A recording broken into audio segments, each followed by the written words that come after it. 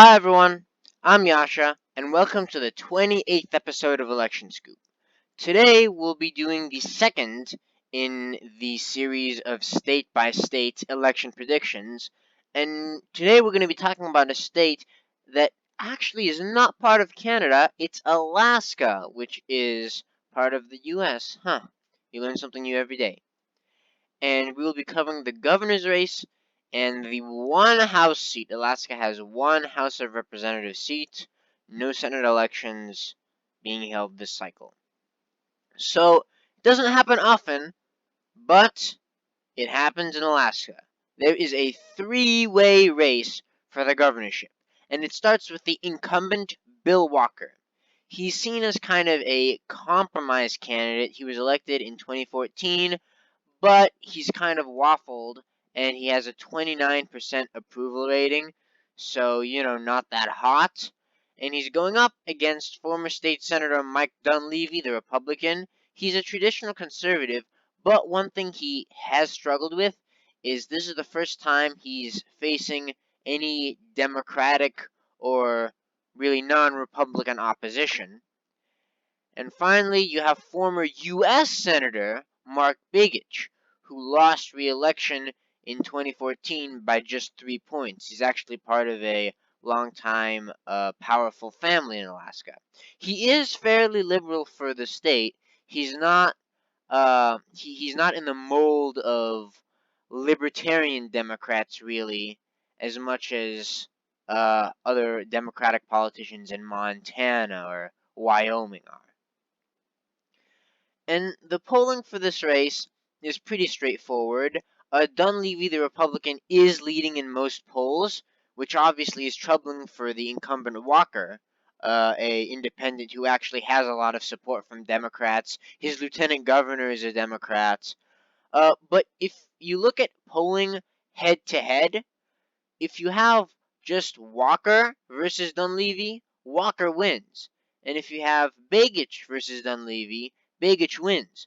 So Dunleavy might actually be the least popular candidate in the race, but the vote against him has split, so polls mostly show him with a fairly comfortable lead on average, which is expanding, and we rate this race as likely Republican.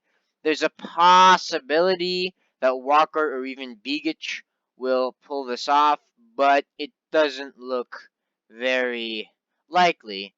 Most likely it's going to be a fairly solid Republican gain. And now we'll go to the House race. Alaska has solid one House seat. There's not enough people to even get a second House seat. And the incumbent is Don Young. He is the longest serving U.S. representative currently in the House. He's been serving since 1972. He won in 2016 by a fairly comfortable margin, 14%. He is the classic, pro Second Amendment and game rural Republican, and he's going up against Alice Gavin, who is not a Democrat. She is center left. She's a center left independent, and she's owned businesses in Alaska in the past. And there hasn't been that much polling for this race, not as much as the governor's race. The only poll conducted, interestingly, has Young at 40% and Gavin at 36%, which is within the margin of error, and meaning this is the closest race in probably 20 years that Don Young has faced. And we rate this race as tilt Republican because he's the incumbent, he's leading, he has an advantage. But if something suddenly changes, maybe something has changed, it's possible for an upset. It's very possible. It might happen. Margin of error means that this poll is accurate plus or minus 4.1 percentage points. So really, Gavin even could have the lead in this poll, but because of the margin of error, it doesn't show that she has it. So very possible for both candidates to win, but Young has a clear advantage.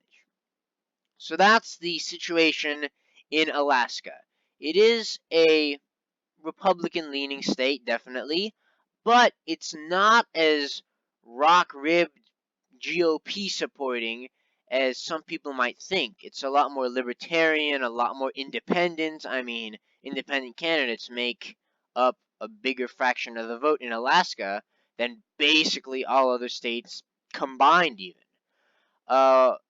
Next time, we're going to be discussing Arizona, which is a closer state with a reputation of being Republican, but that is probably shaping up to be one of the most important states this cycle.